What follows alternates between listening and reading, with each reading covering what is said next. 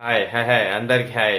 మనం ట్రైలర్ గురించి మాట్లాడుకునే ముందు అయితే మీకు సంక్రాంతికి వచ్చే మూవీస్ అప్డేట్ అయితే చెప్తా చూడండి.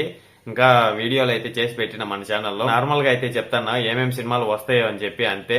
బాలకృష్ణ గారిది డాకు మహారాజ్ ఒకటి, రామ్ చరణ్ గారిది గేమ్ చేంజర్ ఒకటి, వెంకటేష్ గారిది సంక్రాంతికి వస్తున్నాం.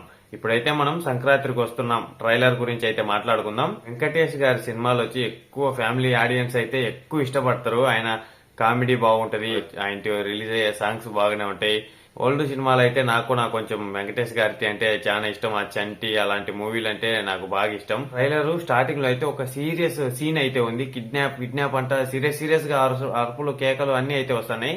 కాకపోతే అదొక్క సీనే ఉంది ట్రైలర్ వరకు. ఇంకా మిగతాదంతా మొత్తం కామెడీగానే పోయింది. ఇద్దరు హీరోయిన్స్ తో వెంకటేష్ గారిది కామెడీ, ఆ పక్కన సైడ్ క్యారెక్టర్లతో వెంకటేష్ గారి కామెడీ, ఇలా కామెడీ అంతానే పోయింది. మరి ఫస్ట్ స్టార్టింగ్ లో అంత సీరియస్ గా అయితే ఎందుకు పెట్టినో నాకైతే అర్థం కల. ట్రైలర్ లో అయితే నాకు కొంచెం ఆ సీన్ ఒకటి పెట్టకపోయినంటే గిన మొత్తం ఫుల్ కామెడీ మీద తీసుకుపోయినా బాగుండేది అనిపించింది.